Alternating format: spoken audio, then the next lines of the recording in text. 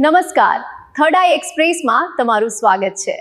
મારી ચેનલને like, share અને સબસ્ક્રાઇબ કરશો। ભાવનગર સોમનાથ નેશનલ હાઇવે પર ટ્રક અકસ્માત। ભટવદર નજીક માટીના પાળાને કારણે ડ્રાઈવર ગંભીર ઈજાગ્રસ્ત।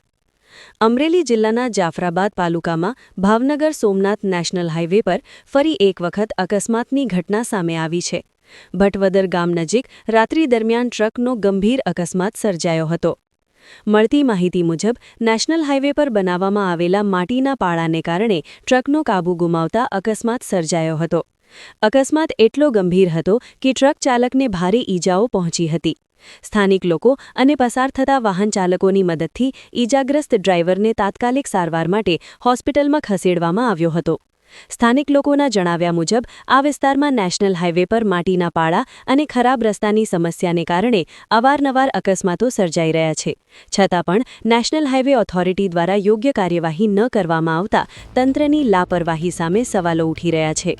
સ્થાનિક લોકો દ્વારા વહેલી તકે રસ્તાની સમસ્યા દૂર કરવામાં આવે તેવી માંગ ઉઠાવવામાં આવી છે। રિપોર્ટ બાબુભાઈ વાઢેડ, જાફરાબાદ।